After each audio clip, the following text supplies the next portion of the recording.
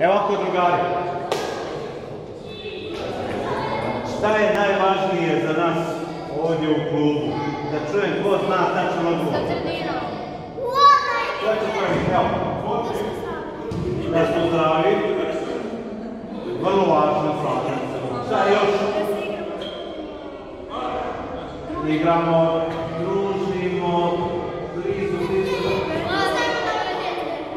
Druženje, nova vjera. E sad, imam nagrozno pitanje. O čemu, ko zna od vas? O čemu je jučerašnji dan bio najvažniji? Aleksi rođendan. Da čujem? Aleksi rođendan. Pogodio se, bravo,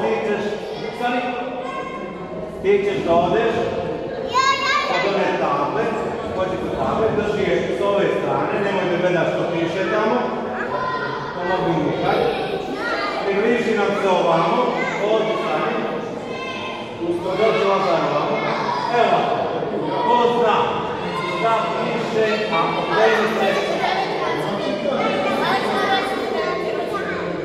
evo ga, ti ćeš da odeš kod Mire, a ti ćeš da odeš kod Danijela, vidi tamo, a ti si osvojio nagradu da okreneš to da mi vidimo šta piše.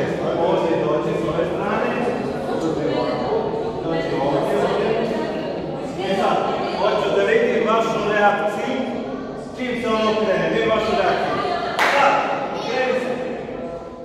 Srećan rođendan, Aleksi! Bravo!